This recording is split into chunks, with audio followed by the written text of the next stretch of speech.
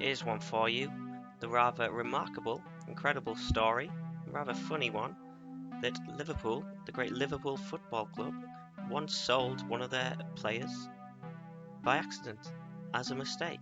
It dates back to the summer of 2010. Liverpool were in a transitional period. The great manager they'd had in Rafa Benitez for the last few years had departed, and in came Roy Hodgson.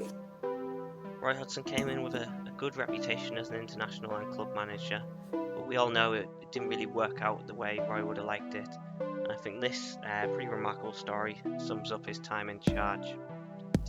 He was looking to bring in Paul Konchesky from his former club Fulham, and he was looking to offload a couple of players in the opposite direction of Fulham as part of that deal to bring in Konchesky.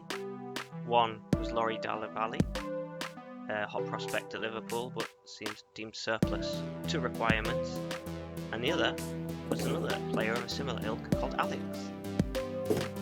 Now Alex would cause confusion in the Liverpool ranks, because it turns out Alex Kaki-Nikolic, the hot prospect from Sweden, was also going the other way with Laurie Delavalli to Fulham.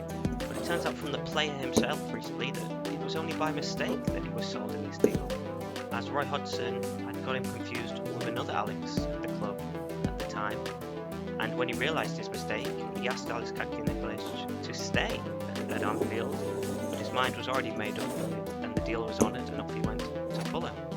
It's a pretty crazy story about a Liverpool player who was sold by mistake, in the case of mistaken identity, as they were both called Alex.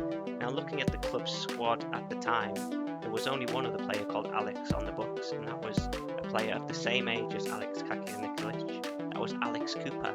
So it looks like Roy Hodgson meant to sell Alex Cooper to Fulham and keep hold of Alex Kaki-Nikolic. Now, looking at both of the players, they've gone on to have pretty decent careers. Alex Cooper left Liverpool a year later to go and play in the Scottish leagues, where he still does to this day.